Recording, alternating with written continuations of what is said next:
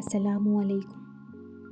زندگی کی جس مقام پر ہو اسے تسلیم کر لو، اور یہ بھی تسلیم کر لو کہ یہاں تم ہمیشہ نہیں رہو گے۔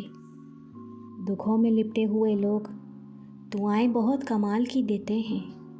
کسی کی بیٹی کی زندگی خراب کرنا ایک قرض ہے جو ایک نہ ایک دن آپ کی بیٹی کو اپنی زندگی سے ادا کرنا پڑے گا۔ انسان بھی بہت عجیب ہے، نفرت کے اظہار میں تاخیر نہیں کرتا اور محبت کو چھپاتا پھرتا ہے۔ جو برداشت کرنے کا فن جانتا ہو وہ شخص زندگی کی کوئی جنگ ہار نہیں سکتا۔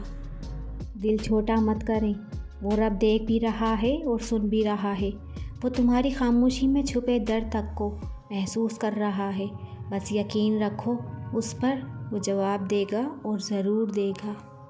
شخصیت پرستی بت پرستی سے زیادہ خطرناک ہے، کیونکہ بت کا دماغ نہیں ہوتا جو خراب ہو جائے، لیکن جب آپ انسان کی پوجا کرتے ہیں تو وہ فرعون بن جاتا ہے۔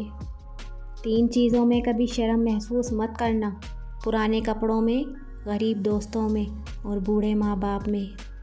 ایک عربی کہاوت ہے کہ ایک وقت ایسا بھی آئے گا تمہیں دل کی خوشی صرف لوگوں سے کنارہ کش رہنے میں ہی ملے گی۔ عادتیں نسلوں کا پتہ دیتی ہیں، ماتھے پہ کسی کے کچھ نہیں لکھا ہوتا۔ مجھ کو دھوکہ دے گیا میرا ذوق انتخاب، جو لوگ میرے تھے ہی نہیں وہی مجھے اچھے لگے۔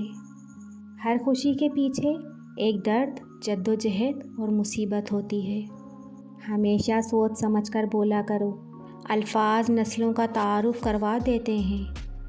جن کو تھام رکھا ہو میرے رب نے، وہ لوگوں کے گرانے سے گرا نہیں کرتے۔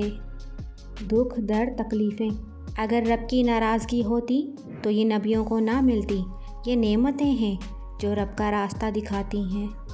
عیب بہت ہیں مجھ میں مگر ایک بات کہوں، کسی سے تعلق کبھی میں نے مطلب کے لیے نہیں رکھا۔ بکھری پڑی ہیں پتوں کی طرح لوگوں کی چاہتیں، کوئی حاصل پر رو رہا ہے اور کوئی لا حاصل پر۔ کچھ غم، پریشانیاں اور تکالیف بڑے بابرکت ہوتے ہیں جو بھولے بھٹکے انسان کو اللہ کے روبرو نماز میں لا کھڑا کرتے ہیں۔ زندگی میں ایسے لوگ شامل کرو جو آئینہ اور سایہ بن کے ساتھ رہیں، کیونکہ آئینہ جھوٹ نہیں بولتا اور سایہ ساتھ نہیں چھوڑتا۔